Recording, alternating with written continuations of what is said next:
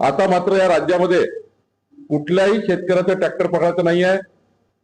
शेतकऱ्याला लागणारी माती येथे रॉयल्टी घ्यायची नाही आहे. उपयोगाचं साहित्य हे त्याला वापर करताना शेतकऱ्याचा कुठल्याही अडवणूक करायची नाही असे आदेश तहसीलदारचं पूरग्रस्त म्हणून पुनर्वसन झालं. पण नवीन गावात लोक शिफ्ट झाल्यावर नागरी सुविधा नव्हत्या. मी माननीय मुख्यमंत्री देवेंद्र फडणवीसजींचं आभार मानतो आणि आमचे आमदार चरण ठाकूरजी यांचेही अभिनंदन करतो. त्यांनी माझ्याकडे बैठक लावून या 13 गावाच्या नागरी सुविधा करता 32 कोटी रुपये मदत पुनर्वसन विभागाकडून दिले. माननीय मंत्री गिरीश महाजनजी यांनी या ठिकाणी मदत केली आहे. आता आमचे जिल्हाधिकारी आणि आमचे सीओ जिल्हा परिषदेचे हे बसून या 13 गावांच्या नागरी सुविधा पूर्ण करतील आणि एक मोठा दिलासा 30 वर्षानंतर आमच्या नरखेड तालुक्याला मिळालेला आहे. मला पालकमंत्री म्हणून या सर्व गावकऱ्याचं या ठिकाणी अभिनंदन करायचं आहे. पुढच्या 6 महिन्यामध्ये हे संपूर्ण नागरी सुविधाचे कामं पूर्ण करायचे काही नाही. डीएनए संदर्भामध्ये काही शेतकरी परवाच्या दिवशी जिल्हाधिकारी कार्यालयात आले होते. 6700 एकर जमीन जी डीएनए डिफेन्स डिक्लेअरसाठी घेतली जाणार आहे. तांदूळ उत्पादक शेतकऱ्यांची जमीन घेऊ नका. तर पालकमंत्री म्हणून काय मधला मार्ग काढणार आहे?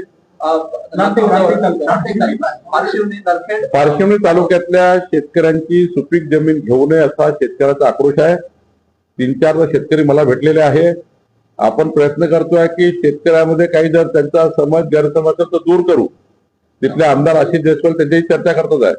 त्या उपर जर शेतकऱ्याचा खूप विरोध असेल आणि सुपीक जमिनी त्या ठिकाणी एमआयडीसी मध्ये जात असेल तर निश्चितपणे यामध्ये आम्ही इंटरव्हेन्शन करू आणि त्यातला काय मार्ग काढता तो काढू. शेती आणि मुरुम आणि मातीवर शेतकऱ्यांना रॉयल्टी लागणार नाही. ट्रॅक्टरही कारवाईतून मुक्त केलेला आहे. मोठा निर्णय शेतकऱ्यांना. महाराष्ट्राच्या संपूर्ण शेतकऱ्याकरता अत्यंत चांगला निर्णय आहे जो महसूल खात्याने घेतला आहे की राज्यातल्या शेतकऱ्यांना त्यांच्या शेतीचं सपाटीकरण करायचं असेल, लेवलिंग करायची असेल, पडीत जमीन शेती उपयोगी करायची असेल, पडीत जमिनीमध्ये पीक पाणी घ्यायचं असेल तर त्याला लेवलिंग करावं लागतं, त्याला माती लागतं, थोडा त्या ठिकाणी बेस तयार करावा लागतो.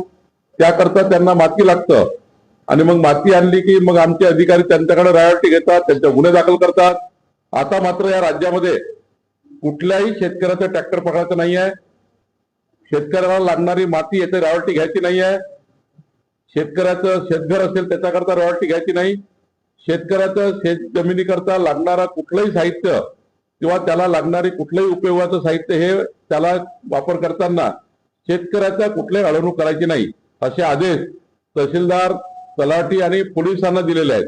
त्यामुळे आमच्या शेतकऱ्यांना उद्या शेतीमध्ये मजबूत करायचं आहे. शेतकऱ्यांच्या पाठीशी सरकार भक्कम